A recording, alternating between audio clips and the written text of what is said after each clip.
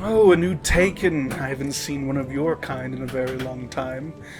That is to say, most people find themselves here much quicker. But you're here. Welcome. Rest. Take a seat. You look weary. I am Zorlin, a Taken much like yourself. I think you have a lot of questions. Our journeys are mirrored. All Taken will walk the same trail even if they choose different paths.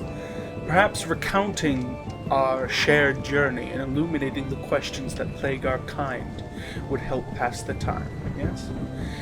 The Grim Dawn. It is the beginning of the end war to come. Even regular humans know that the apocalypse has come to our little realm. Little, you might say, but yes, indeed, our realm is only a drop in a vast primordial ocean. In the beginning, there was the dark and the light, entropy and creation. Two separate forces, two separate factions, two separate tribes. The realm of darkness was called the Void, and though we do not know the realm of light's actual name, it eventually came to be called the Celestial Plane by us mortals, named after the beings that inhabit it, the Celestials. Am I going too quickly for you? My apologies, I get so excited around new arrivals. Now, make no mistake, dear Taken, the Celestials are not all-powerful or omnipotent.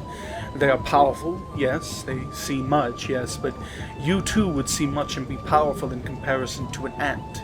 And that is all we are to the Celestials, lesser creatures meant for their amusement, or fulfillment if you are particularly inclined towards faith.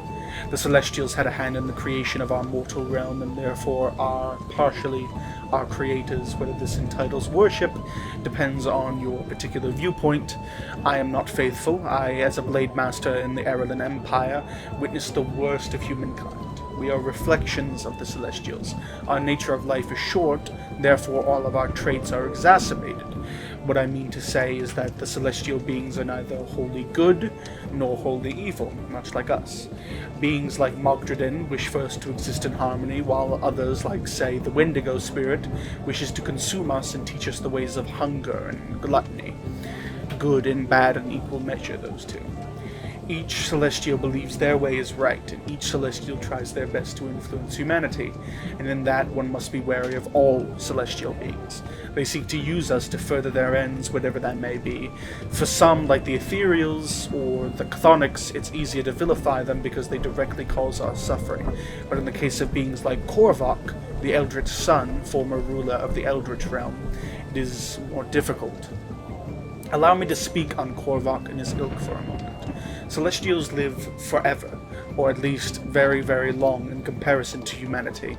Korvok was harder to pinpoint as his worship and his tenets and ideals were by and large wiped from existence by the Three. Korvok ultimately, I believe, served the greater good, if such a thing exists. He is antagonistic towards the Void, and the Void ultimately seeks to unmake us in our reality. However, the destruction and warping of humanity he would have done is very similar to the Ethereals, which some might consider too much, which is why I, and almost every Taken I've ever met, has recalled fighting and killing the manifestation of Korvok in the Corvin Basin. How is that possible, you might ask? My only guess is that time itself is not a singular thread, but a river with creeks. Taken, those that were possessed by ethereals previously, that are among the living at least, seem to recall all waking up at Devil's Crossing. There's a shared web of events that connect us all, but different threads, different choices. Same web, different choices. Whatever god claims to control time must be rather distraught right now, I dare say. Korvok is affiliated with Empyrean, the foremost god of the Erulan Empire, even calling him brother, and it seems that sometime before the witch god's ascension, Empyrean was banished to the celestial plane by another celestial, a being that Korvok calls kin.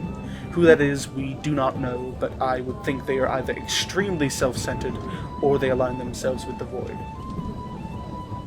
I'm getting ahead of myself. My apologies, I get excited. Story must be chronological, shouldn't it? In the beginning, there was the Void and the Light. A being, perhaps the chief of the Light tribe, was betrayed by his children. A being that led the Light should have been powerful, shouldn't it? But I have an idea as to what happened. The Spear of the Heavens, I believe, was specially crafted for the sole purpose of killing a primordial, the first generation of Celestials, and was wielded by the Elder God's strongest son in an attempt to solidify his dethronement from the Celestial throne. and what the circumstances were in his death I'm not quite sure.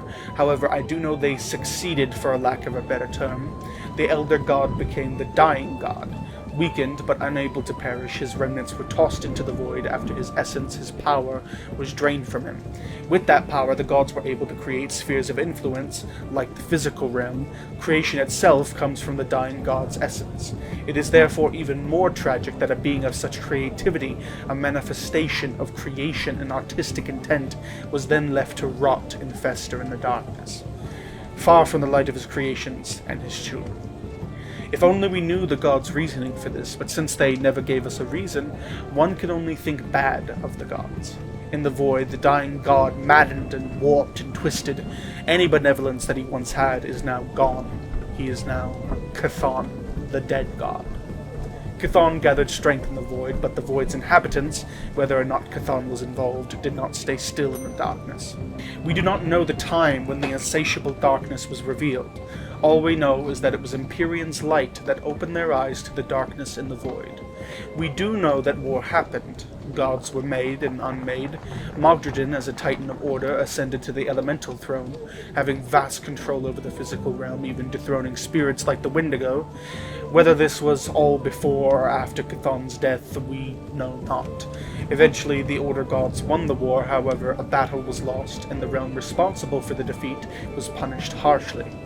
That realm was the Aether, and the ethereals that have invaded us were the servants of, I believe, Korvac.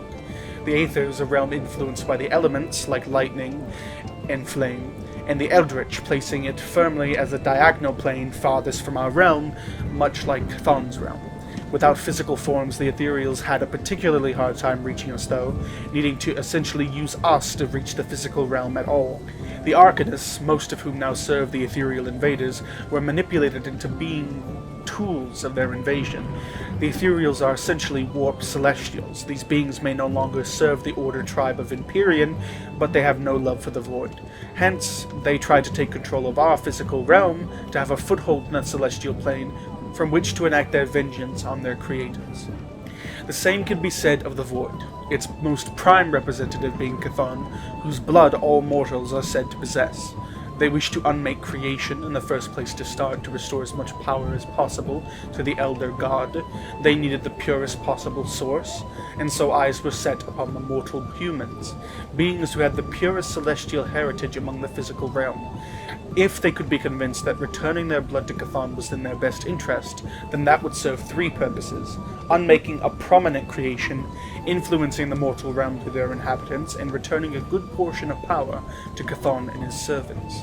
Essentially, our world is a crossroads of the celestial plane, the easiest to influence in many ways. After the Celestial War, Empyrean and the Order tribe won out as the predominant entities. This is what allowed mortal kind to have a peaceful renaissance during the Erulan Empire, even perhaps during Arcovia's time, before the gods eventually abandoned us for one reason or another. I personally believe that conserving their energy in gathering strength for the coming End War, which allowed the two servant factions of the Chthonians and Ethereals to reassert their claims over mortals. If Korvac is to be believed, the Order gods might have retreated to the Celestial Plane after Empyrean was betrayed and Korvac was injured. Whichever god betrayed Empyrean and caused the Order tribe to retreat is directly responsible for the Grim Dawn, and they must be held accountable for the loss of life and collective trauma of humanity. It was they that spooked the shepherds and opened the gates for the wolves.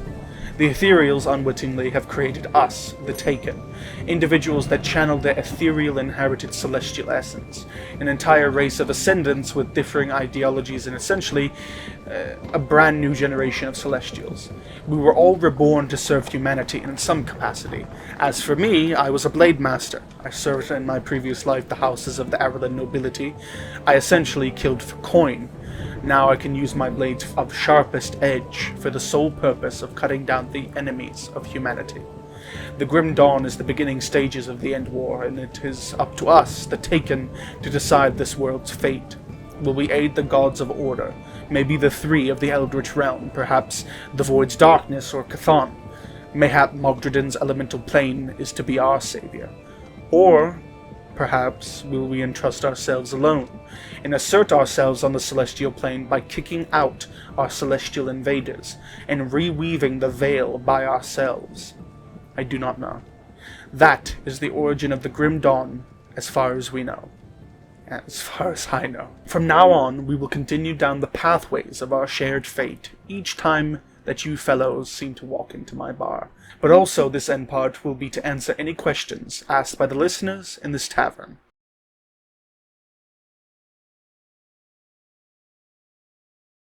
Thank you so much for watching. This is Out of Character, Zorlin. I'm a little medicated and I'm a little tired, but I wanted to thank you guys so much for watching. This is a huge project. I have a lot of plans for it. This is just an initial show of the project's first draft of episode 0, Genesis. I need critique and suggestions. I'm not infallible. I can take critique into mind. For example, the accent might have just been me having too much fun, because I'm loopy.